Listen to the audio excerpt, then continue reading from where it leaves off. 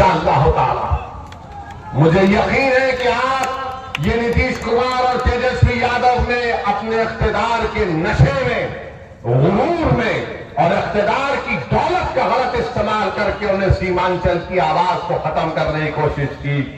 मैं नीतीश कुमार, तेजस्वी यादव को, नरेंद्र मोदी को कहना चाहूंगा कि तुम जमीर फरोशों को खरीद सकते हो, तुम अपने इख्तिदार और दौलत की बुनियाद पर, मगर तुम सीमांचल की आवाज को कभी नहीं दबा पाओगे। सीमांचल की आवाज उठेगी इंशाअल्लाह ताला, सीमांचल की लड़ाई जारी रहेगी। मैं मर भी जाऊंगा, मैं खबर में, मेरी जिस्म गल जाएगा मट्टी में, मगर सीमांचल की आवाज गूंजती रहेगी इंशाअल्लाह ताला।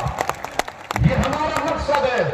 हम कोई राजनीति सिर्फ सत्ता में या इक़्तिदार की कुर्सियों पर बैठने के लिए नहीं करते।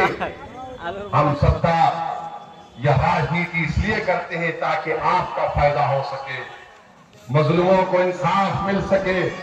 और आपकी आवाज ये सिर्फ किशनगंज की पार्लियामेंट की सीट, सिर्फ सीमांचल की आवाम की आवाज नहीं है, ये भारत के 100 करोड़ गरीब और मजलूम आवाम की एक आवाज भी है, जो बड़ी नजरों से देख रही है कि अब के बार किशनगंज से कौन जीत कर आएगा, जो बड़ी उम्मीद लगा कर बैठे हुए कि कौन हमारी मस्जिदों की हिफाजत की आवाज उठाएगा, कौन शरीयत मोहम्मदी सल्लल्लाहु अलैहि वसल्लम की हिफाजत की आवाज उठाएगा, कौन ना सिर्फ सीमांचल की लड़ाई लड़ेगा बल्कि जो मजलूम जेलों में सड़ रहे उनकी रिहाई की बात करेगा, कौन इस अंधेरे का खात्मा करेगा जो हमको तबाह और बर्बाद करना चाहता है।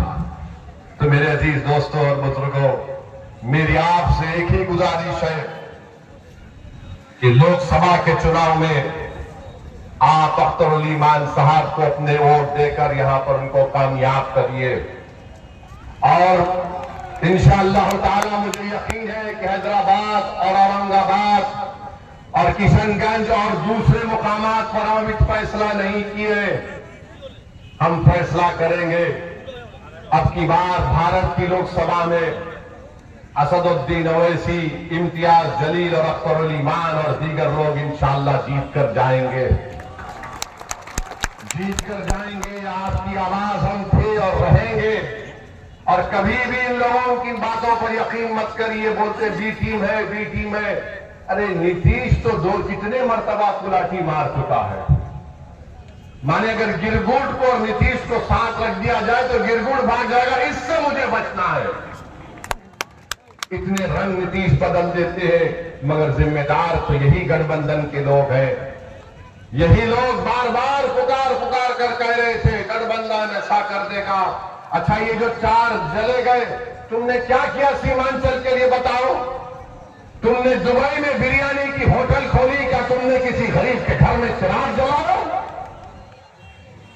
तुमने दुबई में जाकर होटल खोल ली, मगर तुमने सीमांचल के नौजवानों के ख्वाब को पूरा करने के लिए क्या किया? तुमने क्या कोटा दामन में लेकर मुस्लिम यूनिवर्सिटी का कैंपस शुरू किया?